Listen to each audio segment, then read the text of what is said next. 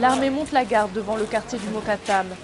C'est dans ce bidonville du Caire, à forte majorité copte, que des affrontements entre chrétiens et musulmans ont eu lieu. Des cocktails Molotov ont été lancés et des ateliers de recyclage incendiés. Ces jeunes du quartier étaient présents lors des violences. Les musulmans ont débarqué du quartier voisin de Saïd Aïcha. Ils savent qu'ici, il n'y a que des chrétiens. Après la mort de plusieurs personnes dans l'après-midi, on a demandé l'aide de l'armée, mais elle n'est arrivée qu'à la tombée de la nuit. Et quand elle est arrivée, elle nous a repoussés dans le quartier, mais n'a pas demandé aux autres de partir. Les habitants ne cachent pas leur ressentiment contre l'armée et la tension est encore palpable dans le quartier. Ces jeunes tiennent à montrer les signes de profanation.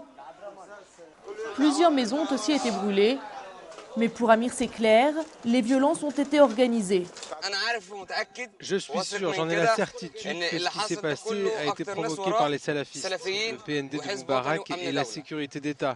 Ils veulent disperser les gens et montrer que sans eux, le pays est perdu et va brûler. Le prêtre de l'église du quartier reçoit les fidèles, inquiets de la situation. Il semble lui aussi penser que les musulmans qui les ont attaqués ont été instrumentalisés. 90% d'entre eux sont des voyous et des vandales. Il y a des gens qui ont des intérêts. Ce sont eux qui les ont appelés non seulement à tuer les nôtres, mais aussi à brûler nos maisons. Des musulmans des quartiers voisins sont venus témoigner de leur solidarité. Les musulmans vont s'unir avec les Coptes pour éviter les affrontements. À la tombée de la nuit, les habitants se rassemblent et s'organisent pour contrer d'éventuelles nouvelles attaques.